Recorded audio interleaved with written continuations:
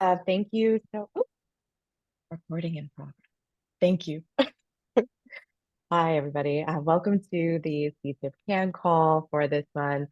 I'm so glad to be with you today, wherever you are joining from. Feel free to say hi and share that in the chat, certainly, along with anything else about yourself that you feel called to let us know. And today, as you see on the slide, I'm going to dive right in because there's a lot of content. We want to give you a good connection time as well.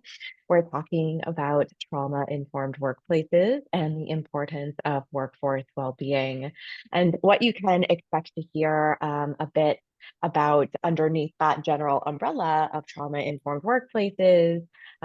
Is first, we're going to speak a little bit to the quote unquote why, right? About behind trauma-informed approaches to workplaces, why that's so urgent in the present moment. And then that will be followed by us uplifting the toolkit and other resources that we've created to support you in implementing change across a variety of settings and roles that you may find yourself in. And while we aren't going to delve super deeply into detail with the content of the toolkit, since it is rather dense, we will share a bit about what you will find in the toolkit, as well as make comment to some of the broader themes that we'll speak about in the toolkit. So you know what to expect when you engage with the toolkit in greater depth, and you'll have some time to really think about, oh, that's something I'd really like to explore in greater detail. Sort of make yourself notes, dog ear parts of the toolkit, whatever works for you. We'll also share some general strategies, again, at a sort of high level here today, since we're a general group trying to make this as relevant and useful for as many folks as possible, rather than having it be sort of siloed into different sectors or systems. So looking at all of this at a high level, a few different considerations sort of at this organizational and systemic level, and then some at the individual level as well. And we're thinking about these concrete actionable steps to help make the change that you might be curious to explore in your own workplaces or in places and systems that you are engaging with in other aspects of your life, whether you yourself are a part of something that you're not necessarily employed in, that you want to see this change in, someone that you care about is in an environment that could use some of these tips, whatever it may be. Our best hope is that you emerge from this time together with some sort of next step for yourself in some sort of system, organization, or with yourself in thinking about integrating trauma-informed practices into workplace context. And at that point, the left-hand side is sort of, here's where I'm talking at you. The right-hand side is where things become totally optional. You have complete choice here, in terms of you will have an opportunity to participate with me in a resilience practice, or you'll also have the opportunity to take that as sort of a short brain break, stretch, grab water, whatever it might be. And then we're going to invite you to, if you choose to, participate in breakout rooms to have discussion. We have a guided set of prompts where you're going to have some independent reflection time, and then you're going to go into breakout rooms if you so choose. And then we sort of funnel you back into this larger group to debrief and chat more about general themes, what you noticed, anything on your hearts or minds before we say goodbye for today. And so that's what you can expect in terms of our time. And I'd like to begin by talking a bit about the why up front. So, why trauma-informed workplaces are so critical, especially in this present moment in our world. And, we are certain that our work environments play a crucial role in shaping our experiences across the many domains of human well-being. And that really makes sense, right? Because most of our population, for better or for worse, spends at least a third of our lives at work, if not more. And this is rarely, quote unquote, just where we earn our living, right? It's where we form connections. It's where we face and collectively overcome challenges in the work. It's where we experience and celebrate successes together. There's so much more than just sort of the daily grind, right? And what happens in the professional domain of our lives, then, again, especially with the sheer amount of time and exposure we have in our lives dedicated to workplaces. And so, what happens in that professional domain both impacts and is impacted by that which happens in other domains of our lives. So we're thinking about this in a systemic, really holistic lens when we're thinking about workplaces. And in a world where the presence of trauma is more often the norm than the exception, right? Understanding and addressing the impacts of trauma and adversity, we would argue, are not just beneficial, but are imperative, really, if we want to see a truly healthy and well workforce and a truly healthy and well world, given how much of us touch, how much of our lives touch and are touched by our workplaces and the workplaces that we engage with outside of our own professional engagement. And, we know what helps and what hurts, I'll say, at this point, right? There's a lot of research out there. There are clear connections to implementing trauma-informed practices and experiences of positive impacts of the work are also more possible through that as well, right? So there's this aspect of we know what helps to counter burnout, compassion fatigue, moral injury, moral distress, secondary traumatic stress, vicarious trauma, those sorts of constructs.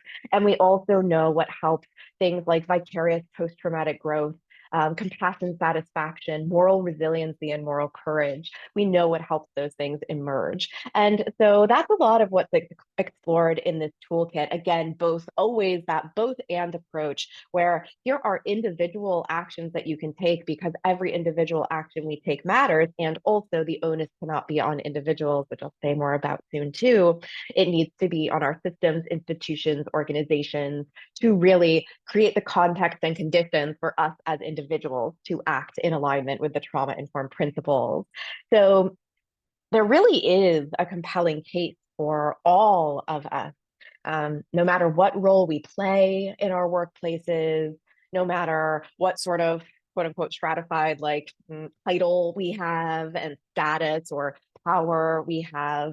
Um, any one of us can make an impact. And it's important for each of us to contribute and to spend time and energy working to support individual and collective well-being. And we believe that that's the what, right? That we know what the what looks like in terms of what we want to see happen, but the how is a trauma-informed practices. We operationalize the values and principles of trauma-informed practice to see the types of work environments that we want to be a part of, and that will both help serve and support others more effectively, and also will help support the people who are in roles directly facing others to thrive and flourish. And the reality is that, by operationalizing those principles of a trauma-informed approach, we not only enhance individual well-being, but we also boost organizational health and productivity, right? The investment is worth it. And that's one of the things that in our advocacy network, you'll continuously hear us really emphasize, right? It's upfront investment. It's not reactive. It's proactive. It's integrative. It's holistic. It is something that really can have an impact, but we need to sort of sell the fact that the investment is worth it a lot of times in our environments, right? And so there's a lot of information that will help you do that in the toolkit, no matter what setting you're in, whether it's, statistics, data, reports, evidence, research, whatever it might be, personal stories. It's in the toolkit to help you sort of strengthen and fortify your own advocacy for this happening in environments and workplaces that you are a part of. And as this slide also highlights, the time is ripe at this moment, right? Let's face it, the last few years have been challenging. And there's a report reference on this slide, and you'll have access to these slides to sort of click the links and play around if you want later. The report is a LIRA health report. It's the 2024 State of Workforce Mental Health Report. It's a pretty big data set. And I've included some of the statistics here that I thought were compelling on this slide. And it actually names much of what we've been seeing as longer term after effects from the COVID-19 pandemic sort of picking us into a time of uncertainty. This report actually labels that as trauma responses, right? Sort of these cascading impacts we're having, which truly jazzed me to be acknowledged in a publication that, is not necessarily just existing in this trauma sphere where a lot of us wake up thinking about this stuff, but it's being recognized that these ripple effects are happening. There's uncertainty, unresolved grief, inequity, those cascading challenges that we're continuing to see and better understand the consequences of at this time, are still happening in ways that this particular report named them as trauma responses, which I thought was really, really interesting, and something I don't see a lot of. And I think one of the things, we can't be certain where that really came from, but what it tells us is that the collective voice of those of us on this call, this broader movement, it's making a difference. It's really being seen in different ways, considered in different ways. So right now is the time. It's always been the time, theoretically, for a lot of us that have been doing this work for a very long time. We're like, well, finally. And yet just noticing, right, that people are paying attention. What opportunities can we seize in this here and now moment to really bring our workplaces in alignment with what we want to see happen?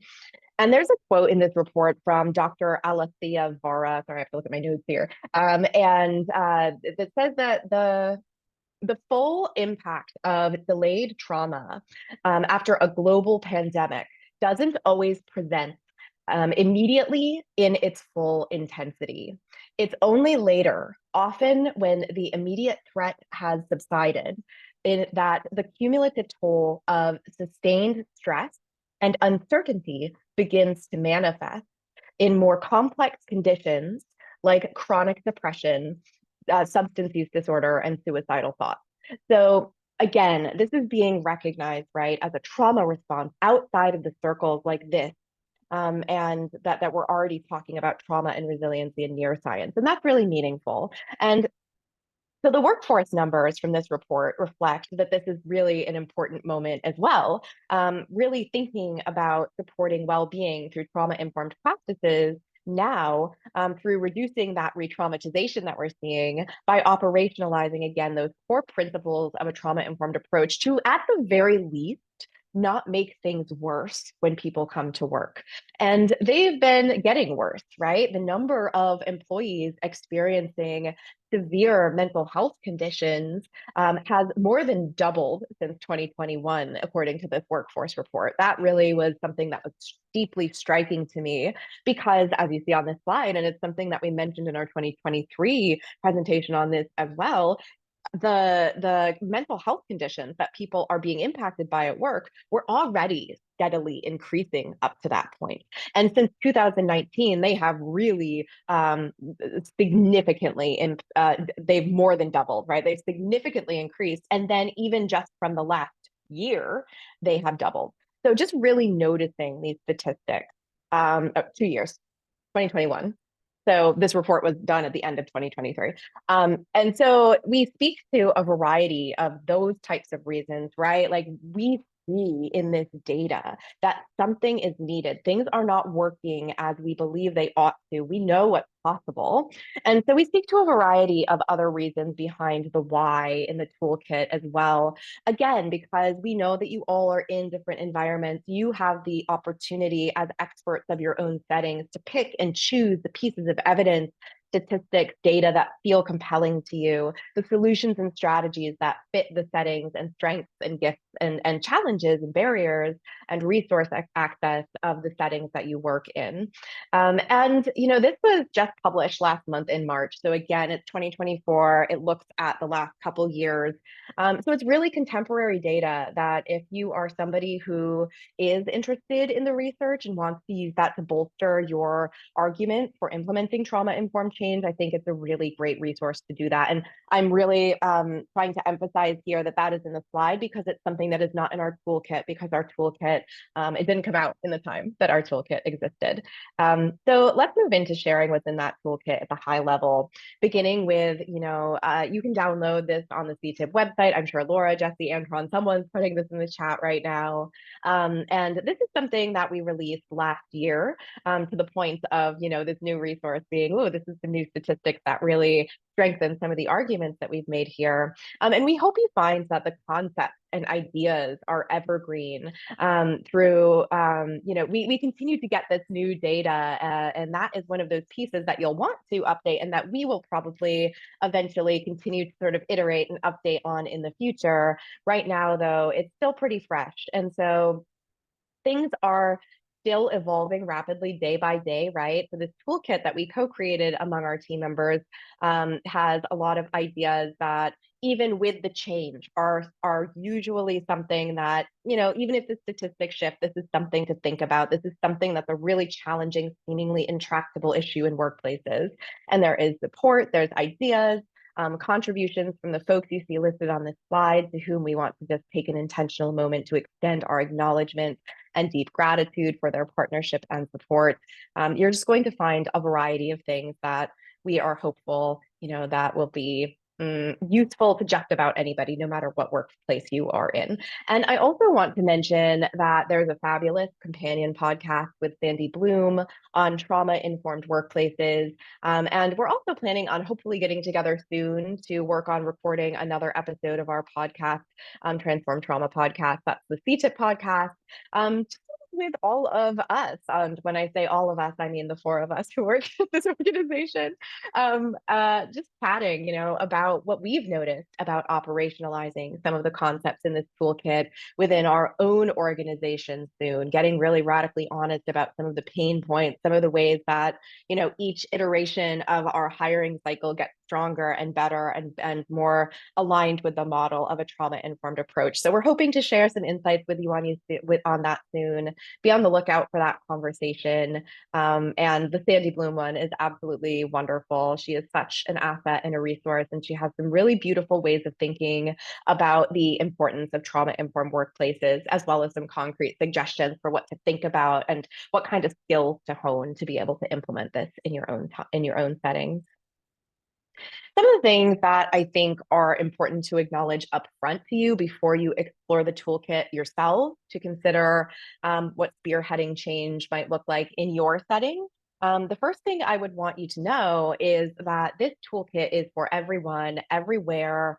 Again, not just quote unquote traditional sectors that are already perhaps more familiar, we'll say, with the trauma-informed framework. It's not just for social services, education, those places where they've been thinking about this for a longer period of time. It's really designed for a universal application encompassing everyday industry, from your neighborhood cafe to multinational corporations to governmental entities, all of it. So we know that trauma-informed practices involve a paradigm shift, right? So there are some of these places that are maybe more out of alignment than others that have been thinking about it for a long time. And yet every different context presents different opportunities, and thinking about how to invite different ways of knowing and being and thinking and doing and relating that will ultimately shift the way that we engage with our workplaces, and that our workplaces create space for us to show up, will inevitably shift all aspects of our lives, regardless of the setting. And we know that when we are supported, again, back to this institutional piece, when we are supported in leaning into this, we all benefit across all settings. And so in terms of what our toolkit actually contains that speaks to this, we provide the why, which I spoke to a little bit ago, behind a trauma-informed approach being appropriate and needed in greater depth than we'll cover here. We speak to how trauma shows up in the workplace, and we discuss trauma-informed policies and practices to support individual, collective, and systemic workplace well-being. And so while not every single topic or idea or link provided may be relevant to you, we really encourage you to please keep skimming to see something that catches your eye, knowing that we've aimed for everyone and anyone to be able to extract valuable insights from this toolkit to foster change within their organizations, no matter the role. It's also important to remember that this is not about just adding one more thing, right? That's a misconception. It's about ongoing reflection and learning and integration. And what trauma-informed practices really require is a continuous commitment from everyone, top down, bottom up, side to side. Imagine a work environment where everyone feels safe to speak up, where trust is the foundation, and where we can tap into all of our unique strengths and gifts. That is the power of a trauma-informed approach in a workplace. And yet it's only able to be realized when everyone is participating and sustaining this dance. So it might start with you, and also know that you don't have to be the one to carry this torch. And in fact, it is most useful, most constructive, most powerful, and most sustainable when you think about building capacity for this long-term culture change. It's also important that in engaging with the materials that you are seeing workplaces through a lens that conceptualizes workplaces not just as economic engines, I guess, for lack of a better way to say that, but instead as living and learning systems that really indeed must adapt and evolve over time to preserve its own health. And in reality, they are doing that constantly, right? Our workplaces are adapting based on current needs, current budgets, current policies, all of the things, current workplace. Our current workforce, who's working there, who's in what roles. Our organizations are always shifting, adapting, and responding. And so, looking at it through this lens, everything is interconnected, right? And so, by prioritizing holistic well being for the workforce, it also sustains the health of our workplace settings, which then also cascades into people's family lives and community lives and citizenship lives. So it's really important to see that systemic lens throughout all of this. And something else that I will speak to, I'm going to try not to get on too much of a soapbox, is that yes, productivity is important. And we also know that stressed out team members are not productive. That makes sense, we know. And that enhanced productivity is one of the many tangible financial benefits to engaging in trauma-informed transformation work. We get into these a little bit into the toolkit with the realization that we need to meet folks where they're at, not where we wish they would be. And sometimes that means our focus is on something that might feel a little bit ick to us, right? Talking about money stuff, to be able to get engagement from leadership and funders and different things like that. So we talk a little bit about that in the toolkit. And yet, as you engage with this resource, we really encourage you to think about team members as contributors to more than just the bottom line, right? Our aim is to foster environments that honor the full humanity of each team member. We know that people who feel seen and heard and valued at work not only report higher satisfaction and well-being, but also bring greater creativity and loyalty and commitment to their roles. And yes, productivity follows, profit probably follows that as well, but it's because folks are enriched with purpose and rooted in a workplace culture that nurtures their needs, that those sorts of things emerge. And so we are really trying to shift the dialogue and narrative and, notice those shared priorities and values, and also create more possibility beyond the bottom line for folks when we're thinking about this change. And that brings us to the final point here, which is perhaps, I would say, the most important one of all. And that's that while our individual potential as agents of change is absolutely immense, everything we do matters, it contributes. And also, collective action is powerful. It's primarily the responsibility of organizations and systems to actually implement the practices, institutionalize the changes that will allow for us to engage in a trauma-informed manner in our work. Make no mistake, right? Your advocacy, your voice, your wisdom is crucial. Our individual and collective voices and action taken together to promote these changes is invaluable. And yet the actual labor of this transformation ought not fall on any one person's shoulders alone. Trauma-informed practices must not become that just one more thing on your to-do list without structural support. It's not right, right? And it will lead to those factors that I was speaking to a little bit earlier: burnout, compassion fatigue, advocate fatigue, things like that, right? And it's not through team members who are already overtaxed volunteering their time without compensation that burnout is mitigated. It's just not, right? So it's through systemic and sustainable efforts, like organizations creating dedicated roles and teams to support well-being, allocating budgets to take care of the workforce, providing voice and choice in how people show up in and complete the work of their roles, how policies, like leave policies, allow for people to attend to what matters in their lives without threat of losing their livelihood. and other changes like that that really do support that creativity and that compassion in the workforce to be able to consider the principles of a trauma-informed approach in everyday actions. And so, yes, of course, what you see on this slide is, I would say, a really robust, maybe the majority of the toolkit, really robust portion of the toolkit. You'll find broad principles, you'll find links, ideas, models, other resources across sectors and systems and sites to really help you think about some of the ways that those institutional and systemic supports might be implemented. And just speak to a few you see on this slide. Again, this is all very much a high level. It's supposed to give you sort of an understanding of what's in the toolkit, what you'll hear, some foundational concepts for you to dig more deeply into.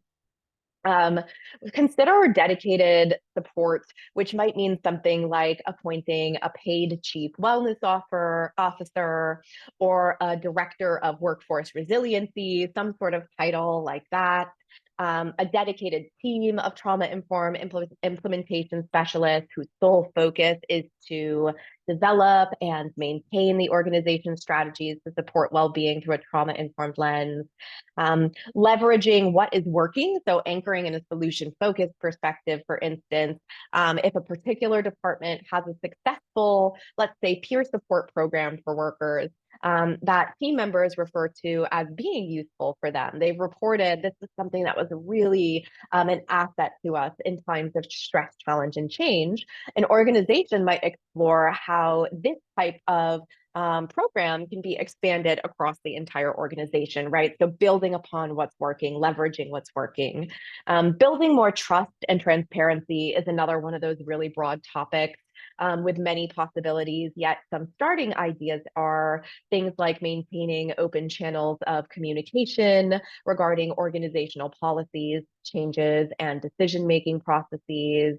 And also, one of the things that I think is really cool, we've sort of consolidated a bunch of different organizational assessments related to concepts like trauma-informed care, resiliency, workforce well-being, and also organizational and systemic health, right? So there are some that you administer to individuals to get their sort of feelings about how they're able to perform in their roles. And then you can use that information to make things more trauma informed and implement changes that will help their experiences of that in the workplace increase and to show up healthier and more fully. And then there are also asking different tools that actually ask people specifically about the presence of the principles of a trauma-informed approach. So again, that sort of organizational context, where do you notice safety, transparency, and trust, voice choice empowerment? Where do you notice those showing up? And then also workforce wellness. So those are sort of the two buckets that they'll come in, trauma-informed practices and well-being, and the presence of either those sort of negative symptoms of a lack of trauma-informed practices or the positive outcomes when trauma-informed practices are present. So that's one of the things that I think is really useful because you are able to have this baseline measurement to sort of see where you're at. And that's the last sort of thing that I will uplift organizationally. It's really important to know where you're actually starting from based on the lived experiences of people who are in different roles throughout the organization to be able to know what is working and what's not, because it's very easy, especially in the day-to-day, to get sort of siloed in our own roles, in our own teams, in our own projects with our heads down, really focused on that, and to believe that everybody's experiences in the organization are the same as ours, when in reality, there could be a really significant range. And that also keeps us accountable to not being paternalistic and implementing solutions that based on maybe our bias and perspective would be the right ones. But in reality, when we see the full scope of people's experiences in the workplace, another direction might be have a more positive impact more broadly. So again, you'll have an opportunity to look at what's introduced here. And this is really, again, just reinforcing that the solutions at the systemic level are really needed to support a workforce that is able to flourish and thrive. And still, we include individual strategies as well, because the reality is that systemic change takes time, right? There are ways that you may benefit from focusing on finding your own avenues to take care of yourself as the system works to sort of catch up to what's needed to meet the needs of a healthy workforce. It's also sometimes meaningful for folks to directly participate in pushing the systems and organizations that they're a part of to change, right? So we do provide ideas in the toolkit that are intended to help you reflect on what is possible at an individual level, even while the institution and system is chugging along trying to implement these, or maybe even can still be a little bit ambivalent about implementing and directing funding directly to this. I think it's also worth mentioning that collective action requires that each of us stays as well as we can to continue the change work, right? That really means thinking about what role fits for you in working toward trauma-informed change. And if it's taking care of your own well-being, so you can continue to show up in your role despite the high stress in other life domains that you're experiencing, rather than, being, I don't know, in charge of sweeping organizational initiatives or something, please know that is valid. That matters, right? That is a part of modeling the model of being trauma informed. And so thinking about taking care of oneself and what that really looks like through a trauma informed lens means noting that many of us with intersectional, disadvantaged, and marginalized identities might not actually feel safe taking certain steps, right? So I really speak to this quite intentionally because speaking up in the workplace or setting firm boundaries when you are in a meeting, right? Depending on a variety of factors about the role, um, certain things that are okay that feel empowering for another person might not be safe or even feasible for another person. So really thinking about that personal context.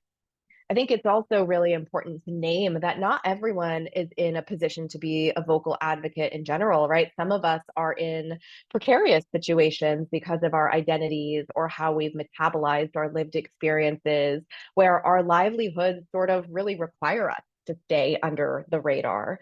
So, this might be for you then thinking about how, even under circumstances that are not ideal, yet necessitate you to sort of not be in the spotlight, how can you preserve access to your own health and well-being and peace and joy in a system that might not necessarily be built for you?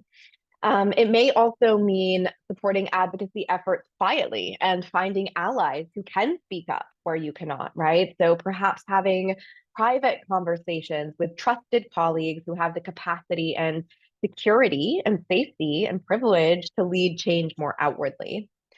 For those in leadership roles, there is a significant opportunity to lead by example here. So, showing what it means to operate within a trauma informed framework can set a powerful precedent. And when we refer to modeling the model, right, of being trauma informed, it really means simple actions like respecting personal boundaries and emphasizing the importance of mental health days, which can cultivate an environment that does honor each person's needs and support the emergence of the principles of a trauma informed approach. And that in turn enhances holistic well being for us all. And of course, the toolkit, it has a variety of different ways to think about and approach this in your work, big and small. Not everything will apply to you. That's okay. Some things that you really are fortified by might not be mentioned. Please let us know. We are going to continue to update these resources as time goes on and situations and data changes. And so, in the meantime, we really encourage you to keep in mind that each role, each voice, whether loud or soft, plays a part in shaping our workplace cultures.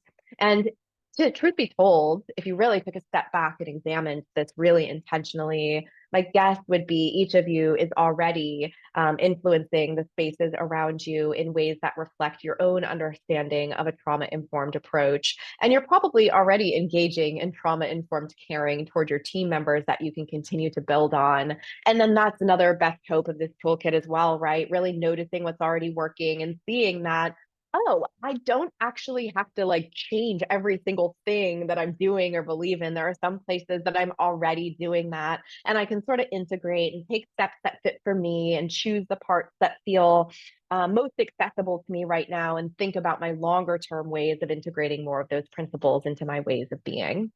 And so that's all I want to speak to up front because we do want to give you an opportunity to dip your toe into the toolkit to inform your breakout sessions. And so as you do that, ultimately, it's our best hope that you feel that our toolkit is useful and that you learn or consider, at least one new thing, even if it's a small thing, and that it equips you with whatever it is you need to feel like you have to have in order to take one small step for a suggestion, an initiative, a commitment you make to yourself in your role, whatever your next step may be. And so at this point, we're going to be moving into the independent reflection activity, where we're providing you with an opportunity to take a look at the toolkit. And there are some prompts with space for note taking that we've included on our activity worksheet. And I'm wondering, Jesse or Laura, do you have that pulled up at the moment? I know there's a new link and maybe I can share that on my screen. Thank you. That way we can all be looking at it. I'd encourage you, if you have the ability to download it. I know sometimes provisioned computers don't allow downloads through Zoom. If you have, like a state or federal computer, it might be tough, but there's also a link on Google Drive where if you access it through Google Drive, you won't be able to type on it. You just have to download it. So you go to File and Download, and then you'll have your own copy saved onto your computer. And so I'm going to go ahead and share this while we're together, just to give you a quick, it's pretty, I think, straightforward, but just to give you sort of a quick tour of what you have the opportunity to take a look at right now. And so on this worksheet, I would recommend having the toolkit PDF open as well, or at least the blog post, because as you'll see, they are pages. So this says navigate to page 5 of the toolkit. It's easiest if it's accessible and preferable for you to do it in the PDF, although certainly you can find this in the blog post as well. So I would recommend having those sort of in tandem open. These boxes are here for you to type notes. No one is ever going to quiz you and say, did you fill out this worksheet? That's for you if you feel so called to take notes to bring into your breakout sessions if you're choosing to participate. And in terms of the prompts, they are choose your own adventure. You do not have to do them in order. Oh, it looks like this got a little weird sometimes when it gets uploaded to Google Docs, the spacing gets weird. So you get to choose, right, what you're called to. If you look at a prompt and you say, oh, that section doesn't apply to me as much, jump around. So feel free to look at whatever calls to you, take notes on anything. After this, we are going to put you in breakout rooms. And that's where the next part comes in, right? So down here is breakout room connections. Ugh, it got all messed up. I'm so sad about the formatting. I should have used my version. So this page here and a little bit onto the next page, it looks like has 15 different prompts for you to take a look at. You don't have to use these at all. They will be an anchor for you if you choose to participate in the conversation. A lot of folks find that, having sort of discussion prompts can be helpful to guide the conversation. But please know, when we debrief in the larger group, it is not going to be report out and tell us what you talked about. It's, what's striking to you? What are you noticing? What is one small step? So you don't need to report out on any of this, and you get to feel free to just talk about whatever you're called to talk about. But these are here as an anchor if you find that useful. I know sometimes that really helps me, and that's something we've heard from folks on these calls as well. And so that's what the time ahead looks like. In terms of the toolkit, let's do maybe 5 minutes of independent reflection just to give you the opportunity to take a look, see what calls to you, take some notes, pick one section in the independent reflection section to focus on, and then we'll put you in breakout rooms. And if you are able to stay into the debrief in the top of the hour, beautiful. If not, that's a-okay too. Everything from here is totally your choice. And so that's it from me. Jesse, do you have anything that you wanted to add? Just if there are any questions, if you're struggling with formatting, feel free to reach out to myself, Whitney, in the chat, and we'll be here to support you all if you need anything on the virtual end of things. But other than that, Whitney, I turn it back over to you. I assume that there's music timer that you'll share. So There sure is. I will play music. Feel free to turn your cameras off. The music is just so we're not all weirdly sitting in silence together and that there's something in the background. If you don't like it, mute it. That's okay too. We'll see you in. Let's do so. I'm in Eastern time zone, 2:45 p.m. We'll build some breakouts after that and we'll check in after that. Thank you so much.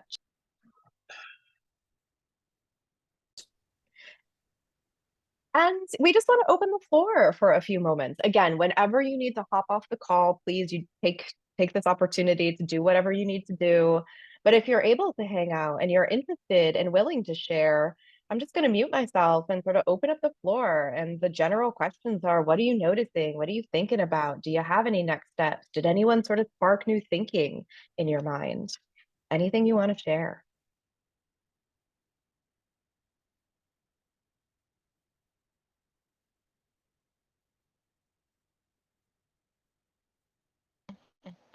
It's really quiet, so I'm going to jump in. Yeah, I was sharing with our group. We're a camp for children with serious illnesses, so we've got healthcare volunteers and workers who were traumatized over the last 4 years by everything they were going through back at their home hospitals. We've got children who are experiencing trauma and chronic stress from their illnesses, and then a ton of vicarious trauma. And then our summer staff especially tend to be college students and are people who missed major life milestones over the last 4 years. And then we're just told it's over, now go back to life, and no one's giving you those milestones back. And so we've incorporated a lot of trauma-informed policies. We've made changes to our bereavement leave to basically, if you're grieving over someone, it counts. It doesn't matter who it is to you, or and you don't need to bring us proof that someone died. And it takes what it takes for you to grieve. We've done changes to holiday time so that there is no month without a long weekend because we know everyone's more tired than they were before. PTO changes so that everyone's equal because when I started here a couple of years ago, the executives had more PTO time. So I got more PTO time than the custodial staff. Now everybody gets the same amount of PTO time. And then we were talking about how do we move to being healing centered as well. And so as we talked about things like what our team has been through, especially our summer team, we're actually going to do a prom this summer in between camp sessions for our campers and try to give our summer staff, who are, again, mostly college students, their senior prom back. And so we're going to turn golf carts into limousines. And I guess I get to be the principal, and, walk around and check the punch. But we're going to have we're trying to figure out ways that we can give people things back, that we can restore milestones, that we can be healing and not just, try and get them through the summer. So looking at things like that for our year-round staff as well. Most of what I saw on the list is really fantastic. And to me, seems like really good leadership, not just trauma-informed leadership, but it's what really good leaders should be doing, period, with and without whatever we're bringing from our own lives and our own intersectionalities. Thank you. Thank you. What a beautiful share.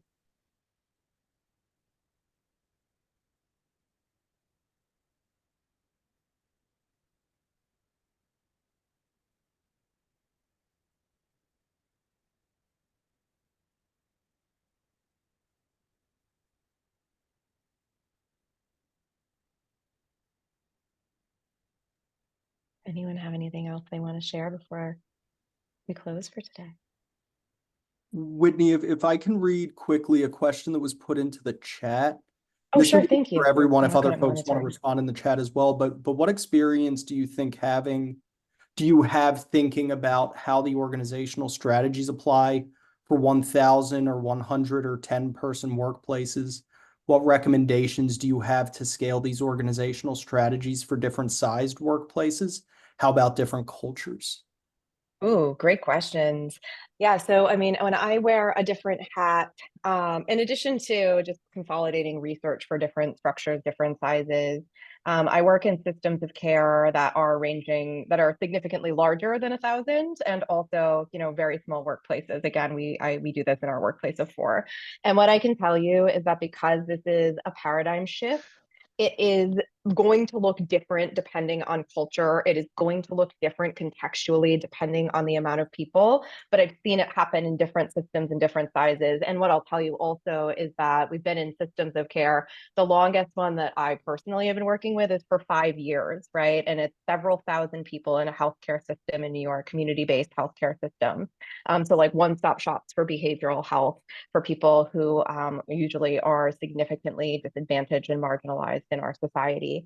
And it takes longer in larger systems, certainly, right? With something like federally qualified health centers, there's special considerations of red tape and administrative burden and getting over some of the policies that are in place through sort of creative workarounds. So I'll say like larger can be more challenging, but I would say that the beyond the size, it's really the structure that makes it more challenging. Because if it's in a 1,000-person organization or a 10-person organization, and they have more open policies, they have different streams of funding, they have different philosophies and mission, vision, values that already are aligned. Even if it's a large organization, that change is going to look a lot different than a 10-person organization at a place where they do have federal regulations that they have to follow. And there's this very specific protocol that they have to work on to be able to get funding from the state, right?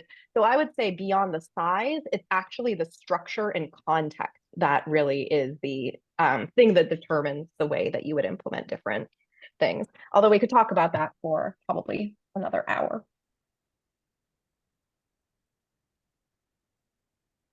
I think the most important thing to remember is that this is a long game, right? This is the game where to shift an entire culture takes commitment and work, and it's really one of those things where you don't want to come back in a month and say, oh, it's not working because all of these things didn't shift. Again, that I said 5 years in a really large system, and we're just starting to see leadership embody these principles. We're just starting to see the spoils of our labor that has been really a lot for the last 5 years. So I'm sorry, it's kind of probably not the most straightforward answer, but I would say think beyond numbers and look at structure and context. Well put, Keith. Journey, not a destination. Marathon, not a sprint.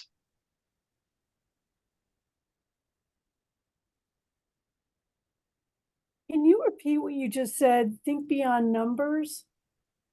Yeah, and look more at structure and context. Okay.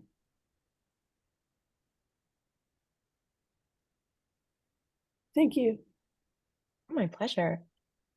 Anyone else have anything that they've really resonated with in your breakout rooms?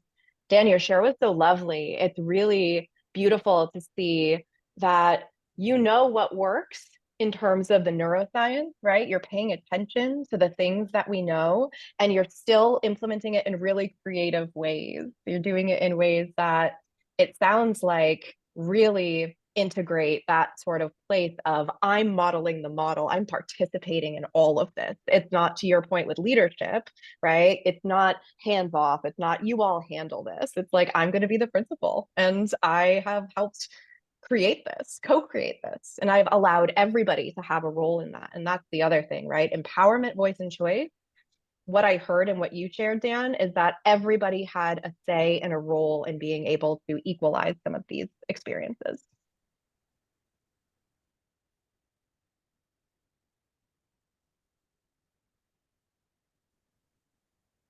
Sarah, I'm so glad you're willing to share. Please feel free. So I work in child welfare and in Monterey County in California, and the place where trauma informed care, our trauma, creating a trauma informed system, at least for us, has intersected with our diversity and equity efforts, recognizing that many experience living in a culture that is a white supremacist culture is a trauma in and of itself, and just finding a way, especially for people of color and for white, I mean, it's not traumatic for white folks, so it's not good for us either. And so really recognizing that taking a trauma-informed approach to systemic racism and how people experience our systems and the lack of equity that often is a big piece of child welfare in terms of overrepresentation of certain ethnic groups. So for us, really having that overlap has helps me better understand my role as a white person and how I can support people of color and other white folks in understanding why this matters. And the trauma-informed lens seems to be more acceptable to folks, especially white folks, who are sometimes resistant to the idea that they benefit from living in a white supremacist. So. Thank you so much for sharing that. Absolutely, right? This that you are able to see those intersections and to even understand, right, that this could be a trauma response on the part of people who have that privilege and have not had to walk in a body that is marginalized and oppressed. They might say it's often, you know, an instinctual trauma response of, oh no, this is challenging what I'm comfortable with and what's normalized for me. Well, I lose something. And I love that you're really highlighting those intersections, because through a trauma-informed lens, we can emphasize this is an abundance mindset. This is a liberatory mindset for us all. This is not a scarcity mindset. This is not competition. That is our current paradigm. And we're actually moving away from that. And Jesse, I think I'm going to take this moment. If you have handy our blog post on ABDEIJ, that is our CTIPP framework of accessibility, belonging, equity, inclusion, and justice, where we talk about the intersections of those concepts and trauma-informed approaches, because they are indeed interconnected in the ways that Sarah beautifully stated. Might be a great time to post that in the chat. Thank you so much, Sarah. Really important conversation. And I think also important to recognize that not because, again, on this call, all of us might wake up thinking about this, to sort of check ourselves and our sort of what we're thinking about, and noticing, that person seems threatened. What happened to them? What is going on inside of them that they are ambivalent about this approach? How can we help them see things more clearly, that this is something that will benefit us all and that they aren't threatened? How do we shut down that nervous system reaction? Right? Those sort of things are really important. Ooh, Denise, do you have something to share? Oh, I'm sorry. I thought I was on I'm mute. so happy you're here. God bless you as well. If that was a sneeze.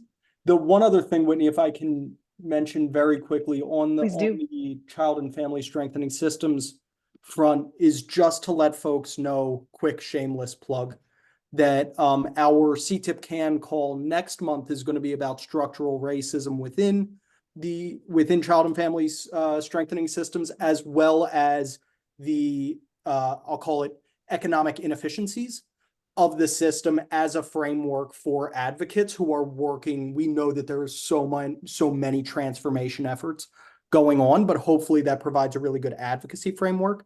And so you can sign up for that, as well as other future CTIPP CAN calls. And our wonderful colleague, Antron, will be leading that call with someone from the American Bar Association. So we're looking forward to next month's call as well. But back to the April CTIPP CAN call. Didn't mean to take that away. Just saw an opportunity for a shameless plug.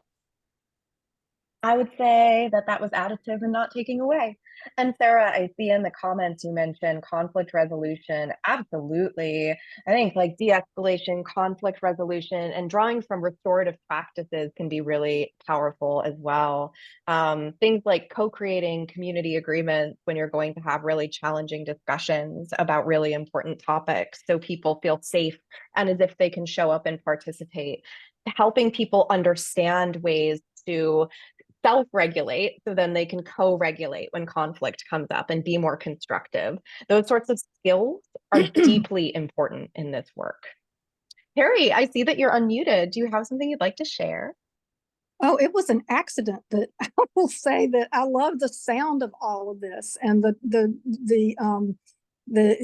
we're going to go deeper into anti-racism and systemic trauma and historical oppression and all of that. If that's all part of this, thrills me to no great end. And so that was a mistake, but it was a happy mistake to, because I really wanted to connect with you anyway. And it's so good to see you all, Jesse and Dan and Whitney, and I guess Laura's still on here too. I'm scrolling through, but yeah, thank you so much. I'll go off Bob mute. Ross would be happy. Happy accidents. What was that?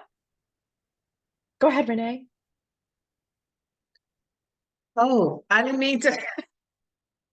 When you were talking about that, I had been talking to one of our chaplains from our organization, and she offered a great question when conflict arises, to ask, what have I done to make you feel unsafe? Because she basically shared with me that everybody's trauma is right below the surface and you never know when you've touched it. And so offering the question, what has happened instead of what is wrong, and to open up that dialogue and help that person see how they may have responded and it was more heightened than they intended, and to sort of grapple with that. So that's all I was going to just put it in the chat. And now we've heard you put it so beautifully out there with your voice. Thank you so much for saying that. What a beautiful suggestion for us all to store in our brains for the future.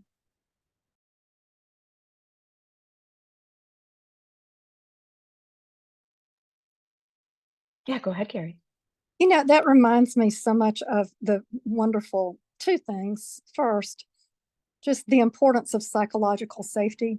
You know, I'm so blessed to have been here in Wilmington, North Carolina, where the incredible New Hanover Resiliency Task Force has taught me so much. You know, I moved here to embed with them and have been here for 5 years. And now Mebane Boyd, who started as the first ED there, runs the statewide resilient communities. But she always stressed the importance of psychological safety. And then her next, not the very next person, but the next person to take her place was Javanay Skiba, who, you know, quotes Stephen Covey about moving at the speed of trust. But it also reminds me of Brene Brown saying how important it is with people to be able to say, the story my mind is telling me about this is this, you know, and to check in. And then also the wonderful blessings of nonviolent communications, to observe and then say what we're feeling, and then what we need, and then to use that wonderful question, would you be willing? You know, that language of compassion, nonviolent communication. So those like 4 things are overlay into all of this for me as we do this work. So thank you for letting me share that. Thank you for sharing that.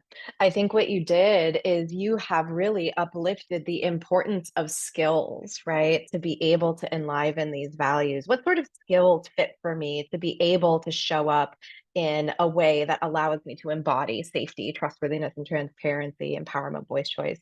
And I think that's left out of the conversation a lot of the time. And you've got my brain noodling about potential projects in the future, about different sort of intersecting skill sets that folks might be able to take a look at to really think about this, because it is something that takes practice and work. It's integrative. It takes ongoing awareness and growth. And I think that intent versus impact is a really important thing to look at, right? And when we're thinking about our language and our skills, to recognize that, yeah, we might not have intended these things, and also that still impacted somebody in an adverse way, it really invites us to think about, okay, so what skills do I need to hone to be able to show up differently next time? And I think NVC, nonviolent communication, the language of compassion, all of those things are really vital. So I'm just really grateful for you putting that out there.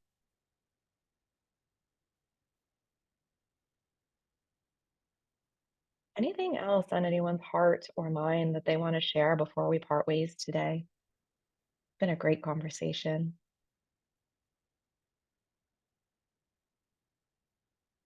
Ah, fabulous. 4 pivots. Yeah. Thank you for that, Andrea, in the chat. It's a great resource.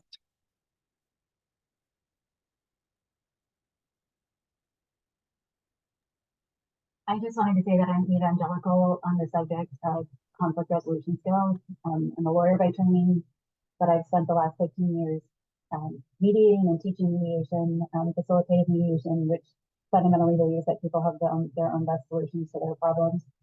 And the thing that I notice in my workplace that causes the most conflict is people acting on an assumption as if it is fact. And so the more people don't do that, I think that's a key element of trauma-informed workplace, right? Because we're actually trying to explore what is happening as opposed to what we think is happening, and then acting on it as if that's what's really happening. So, so I'm just now starting to get up my county in Monterey to let me teach conflict resolution, and we're going to set up a mediation academy. So, I'm really hoping I can incorporate trauma-informed, communication styles and ideas. Oh, that's so awesome. Thank you for sharing that work and for lifting up how you're thinking about applying some of this. That's awesome to hear. I'm going to click on this link that you shared, Carrie, to see what that is. Language of Compassion. Beautiful. Thank you for sharing that resource. Feel free to distribute widely, y'all. If there's anything here. Oh, yeah, go ahead, Carrie. You want to speak to it? Oh, no, I was just going to say it's a very simple cheat sheet on NVC, but there is the book, Nonviolent Communications, as well, and I'll find that and put that in the chat. Yeah, and if anyone's ever curious, I also work as a trauma therapist, and I use this even with my clients when they're like trying to sort of form their own social emotional skills to navigate in a different way in the world. And so I have like a lot of worksheets and stuff if this is something that interests you and you want to practice. That's really interesting the ways that they break things down in some of these worksheets, and it can be just really useful to hone these skills. And I know that I needed them when I was learning this. It really helped me put this into practice. So glad you're here, Repeat. Welcome. I hope that you will be a regular with us whenever you can make it. So glad you're here. Thanks for the acknowledgement. Yeah, I suppose with that then, y'all, it's time for us to say goodbye. Unless there's anything anyone wants to hang back and share, please have beautiful weeks ahead. I hope that everything that you have heard today has left you feeling like you have one next small step forward. And please do be in touch. We're going to be together again in a month for CTIPP CAN, but you don't have to wait that long if you have something that you want to say or chat about. Be well. Take care. Thank you so much for your presence. Yes, James, let's chat.